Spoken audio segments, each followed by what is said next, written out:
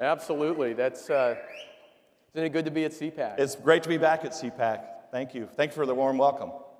So we're going to talk about California. Everybody here knows California is not like Las Vegas. What happens in California doesn't stay in California.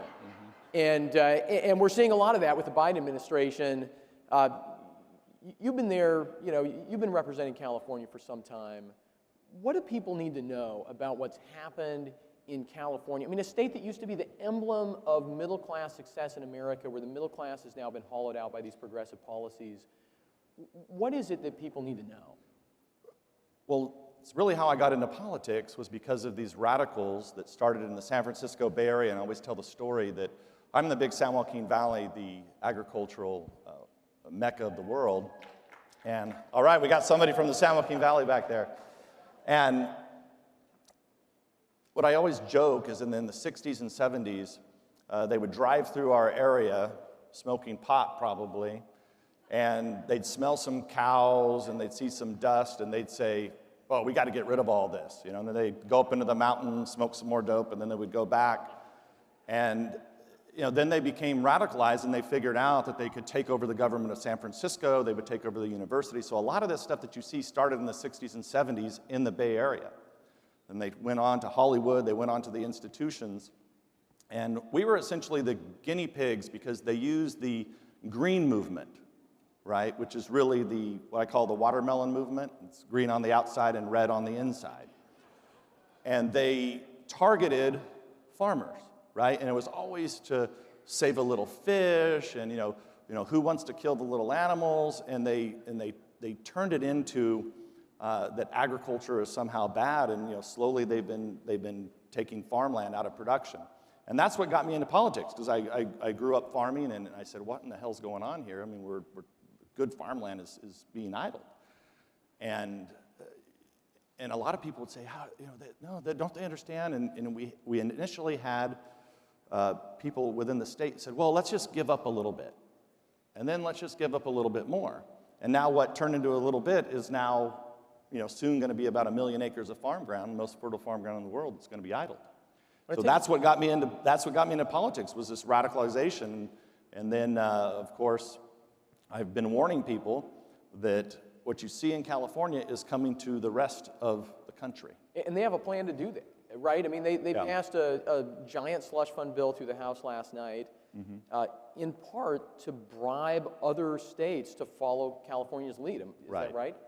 Yeah, so what people have to understand, this bill that they passed, this $2 trillion bill, this is about, it's a slush fund. And these guys are very predictable. They ran this play call before, people may forget. But when Obama was first elected back in 2009, what did they say? We have to have a stimulus bill or the whole economy is going to collapse. And so they passed roughly an $800 billion bill.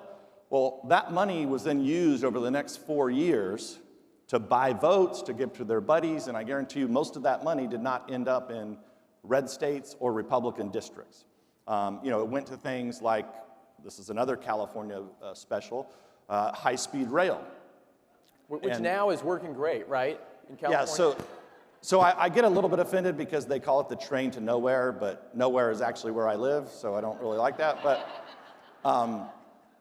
But it's a little over 100 miles long. They went through and they carved through and took people's land away from them.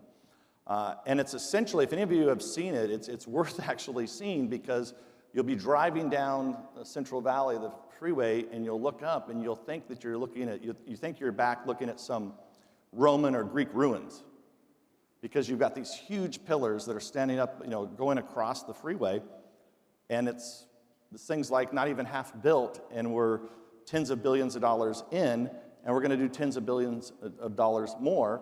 And I wouldn't be surprised if this slush fund that they passed, if they're not going to put more money into this high-speed rail. I mean, you already know that part of this money is going to go to build a tunnel from Silicon Valley to San Francisco. Now, look, these tech oligarchs are the last people that need anybody's money.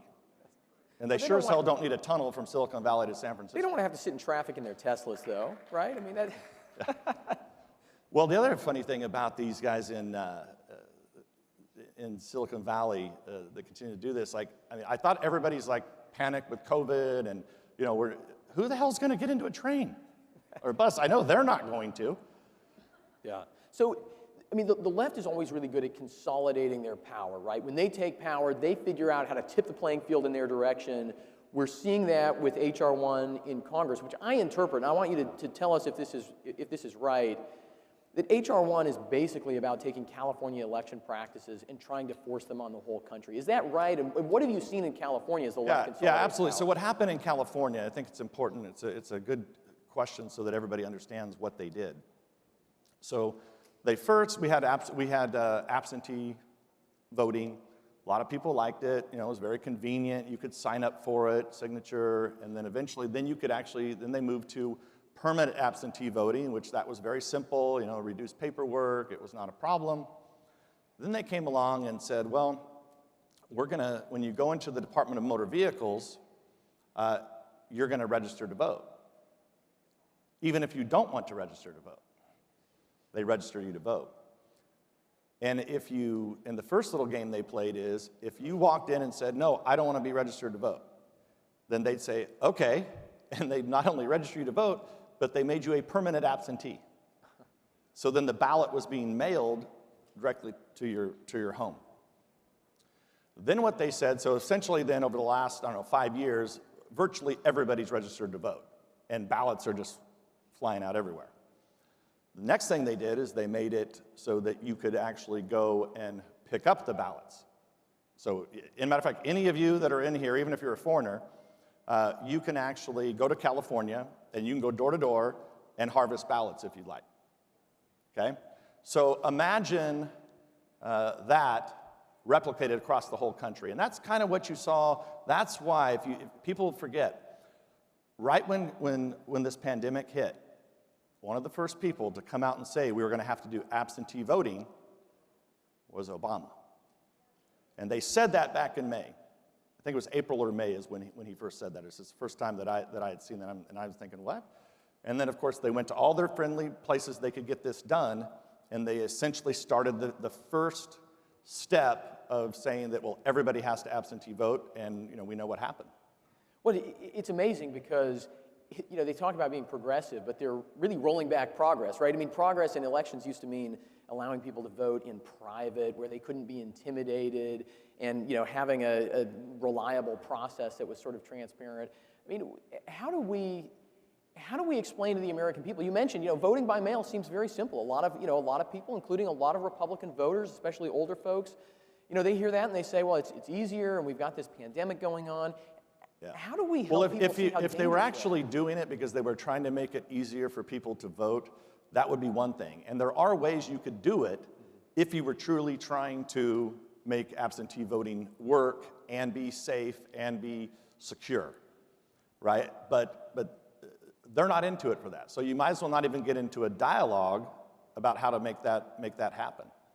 So is there, this is a tough question, but what's the hope? I was going to say, is there hope for California? But there's always hope, right? I mean, this is a state that used to export John Ford movies and Ronald Reagan, and now it's exporting socialism to the rest of the country.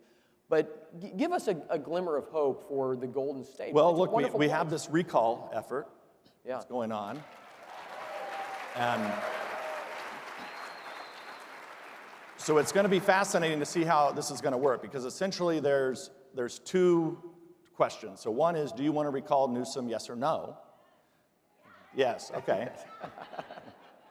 The second question is, then anybody who wants to run can be on the ballot and run.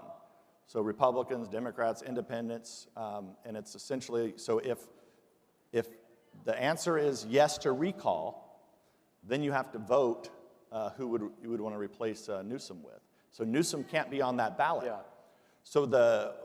So what we're going to have to do as conservatives, we're going to have to rally behind one candidate. There's a lot of good candidates that are talking about it right now.